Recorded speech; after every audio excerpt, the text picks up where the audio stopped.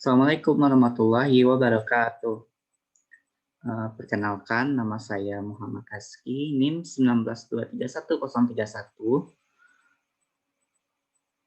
Pada kali ini, di video ini, saya ingin mempresentasikan materi mengenai tentang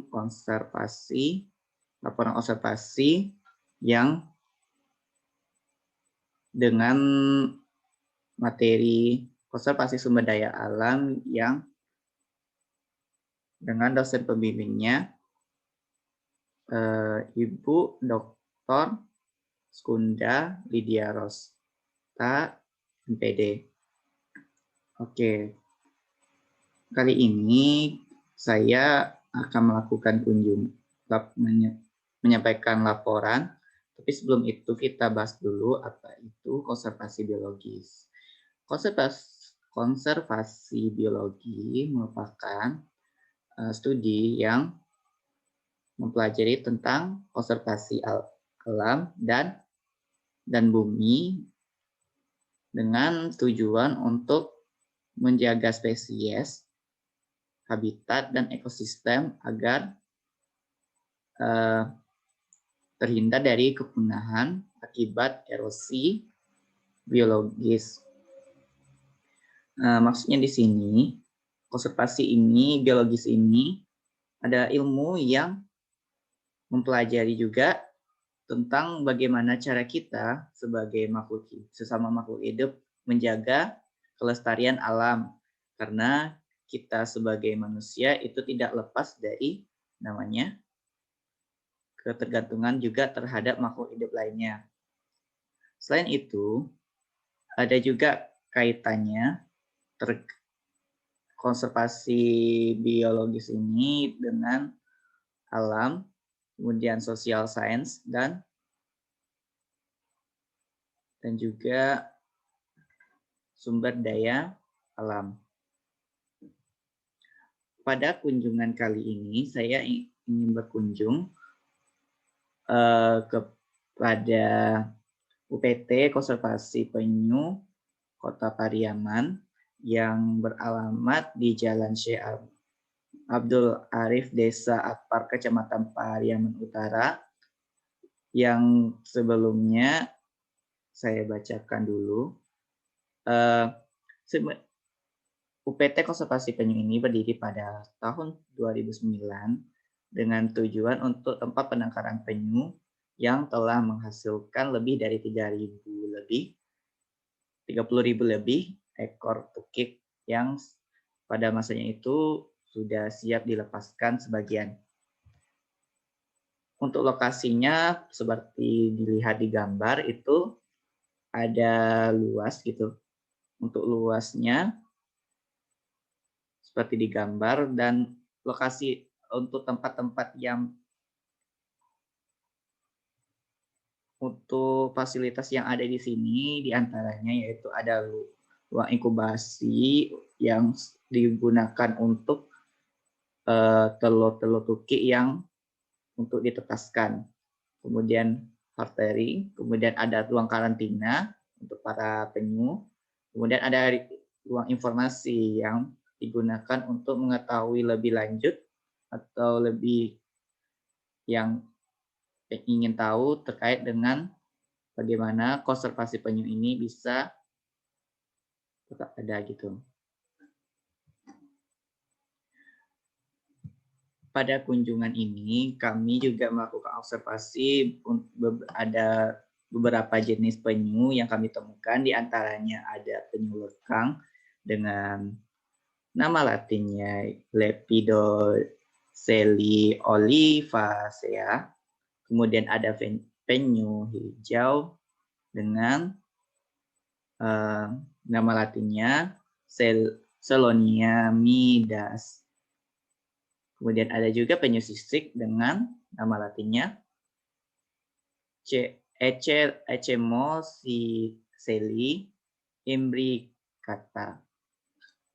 Dari ketiganya ini kita lihat juga ada perbedaan di antara dari warna, bentuk, serta dari tempurungnya saja gitu. Kalau penyu lekang itu kayak mungkin hampir mirip juga dengan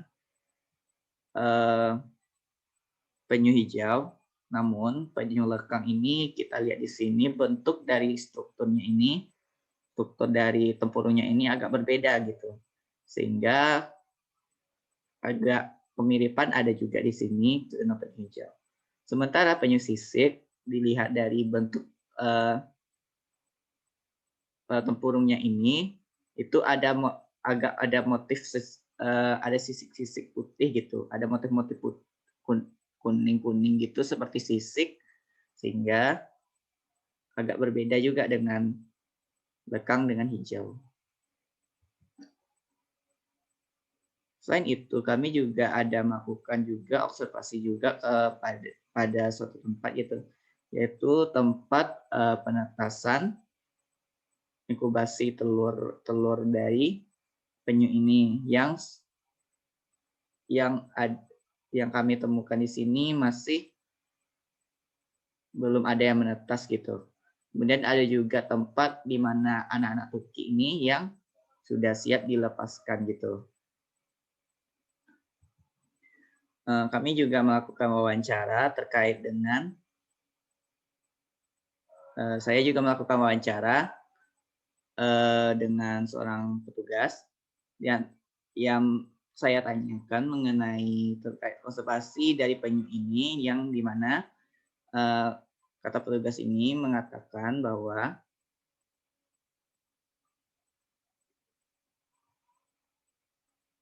konservasi ini merupakan area di mana masyarakat bisa belajar bagaimana pentingnya menjaga habitat lingkungan, termasuk juga si penyu. Karena penyu ini juga termasuk hewan yang dilindungi. Kita banyak juga melihat, ada juga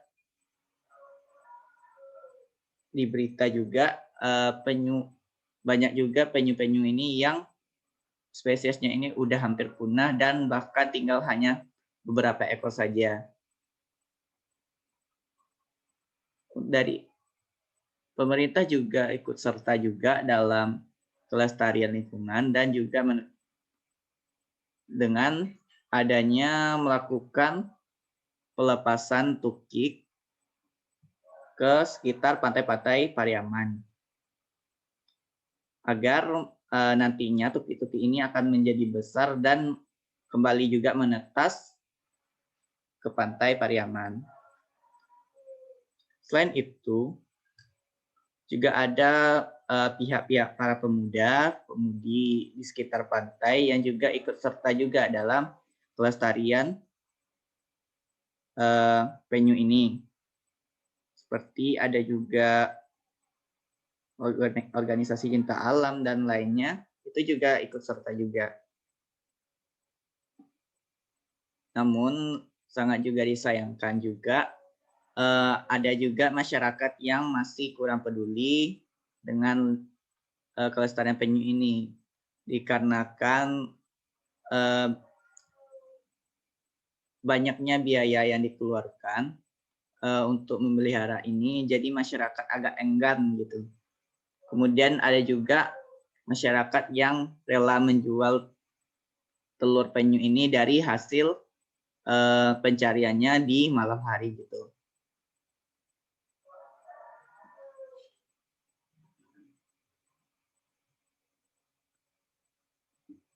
Dan sehingga ada juga petugas yang rela membeli telur tuki ini ke pasar-pasar untuk agar bisa ditetaskan kembali. Selain itu juga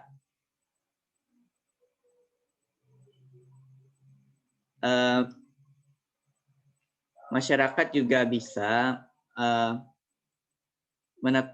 melepaskan juga, namun dikarenakan adanya sebagai tempat wisata gitu. Jadi untuk pelepasan tuki ini dikenakan biaya tertentu gitu. Dikarenakan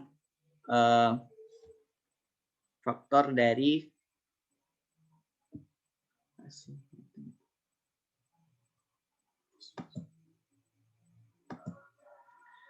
Oke, kita lanjut.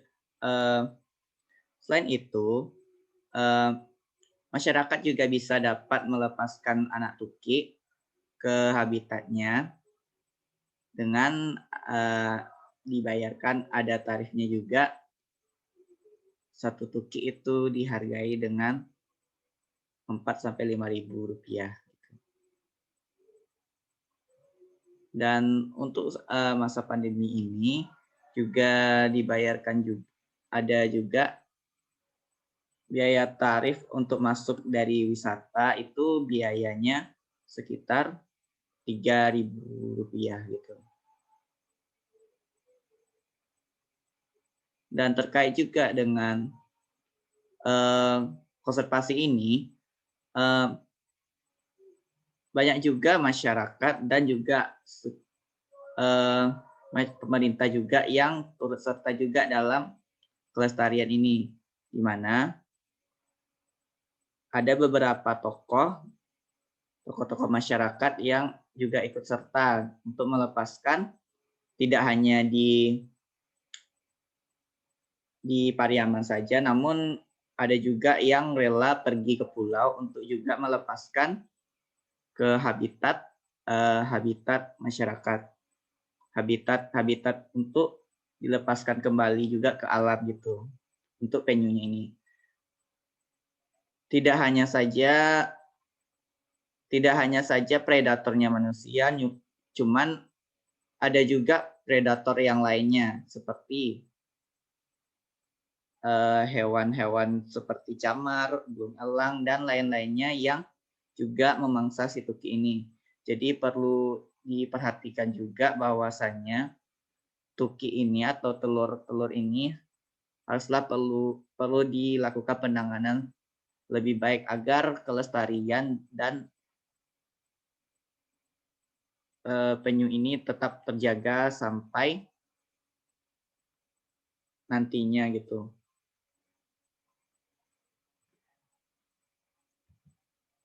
Oke, mungkin sekian hasil presentasi saya.